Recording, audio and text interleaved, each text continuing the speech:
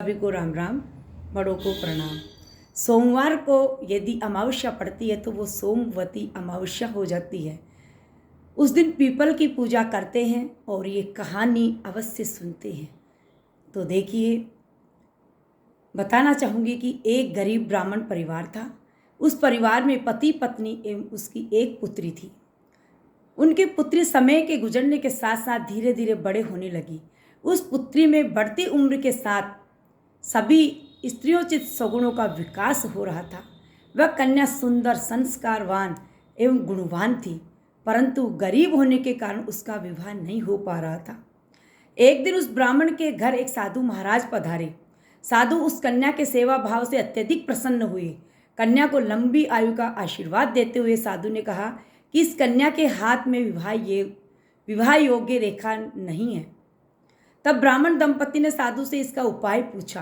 कन्या ऐसा क्या करें कि उसके हाथ में विवाह योग बन जाए। साधु महाराज ने कुछ देर विचार करने के पश्चात अपनी अंतर्दृष्टि में ध्यान करके बताया कि कुछ ही दूरी पर एक गांव में सोना नाम की एक धोबन महिला अपने बेटे और बहू के साथ रहती है, जो बहुत ही आचार विचार एवं संस्कार संपन्न पति परायण है। यदि ये सुकन्या उस धोबिन की सेवा करे और वह महिला इसकी शादी में अपना मांग का सिंदूर लगा दे तथा उसके बाद इस कन्या का विवाह हो जाए तो इस कन्या का वैधव्य योग मिट सकता है। साधु ने यह भी बताया कि वह महिला कहीं बाहर आती जाती नहीं है। यह बात सुनकर ब्राह्मणी ने अपनी बेटी से धोबिन की सेवा करने का प्रस्ताव रखा। अगले दिन से ही कन्या प्रातःकाल ही उठकर सोना धोबिन के घर जाकर साफ सफाई अन्य कार्य सारे घर के अपने घर वापस आने लगी, सारा काम करके।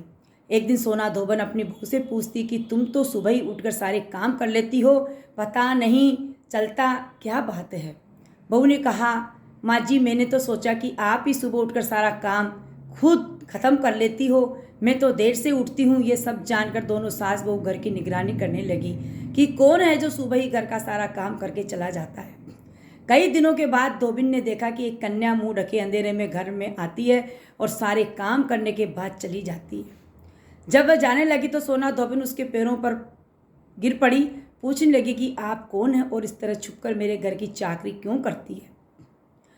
तब कन्या ने साधु द्वारा कही गई सारी बातें बताई। सोना धोबिन पति परायण थी, उसमें तेज था। वह तैयार हो गई। सोना धोबिन के पति थोड़ा अस्वस्थ थे। उसने अपनी बहू से अपने लौट आने तक की घर पर ही रहने को कहा। सोना धोबिन ने जैसे ही अपने मांग का सिंदूर उस कन्या की मांग में लगाया, सोना धोबिन का पति मर गया। उसे इस बात का पता चल गया। वह घर से निराजल ही चली थी, यह सोचकर कि रास्ते में कहीं पीपल का पेड़ मिलेगा तो उसे भंवरी देकर और उसी की परिक्रमा करके ही जल ग्रहण करूंगी। उस दिन सोमवती अमावस्या थी। ब्राह्मण के घर मिले पूरे पकवान की जगह उसने ईंट के टुकड़ों से 108 बार भंवरी देकर 108 बार पीपल की पेड़ की परिक्रमा की और उसके बाद जल ग्रहण किया। ऐसा करते उसके पति की मृत शरीर में वापस जान आ गई। धोबिन का पति फिर से जीवित हो उठा। ये सोमवती अमावस्या की कहानी है। इसको ध्यानपूर्वक और मन से करे तो भगवान सबकी मनोकामना पूरी करते हैं और पति की लंबी आयु होती है। सब स्वस्थ रहते हैं। धन्यवाद। जय श्री कृष्ण।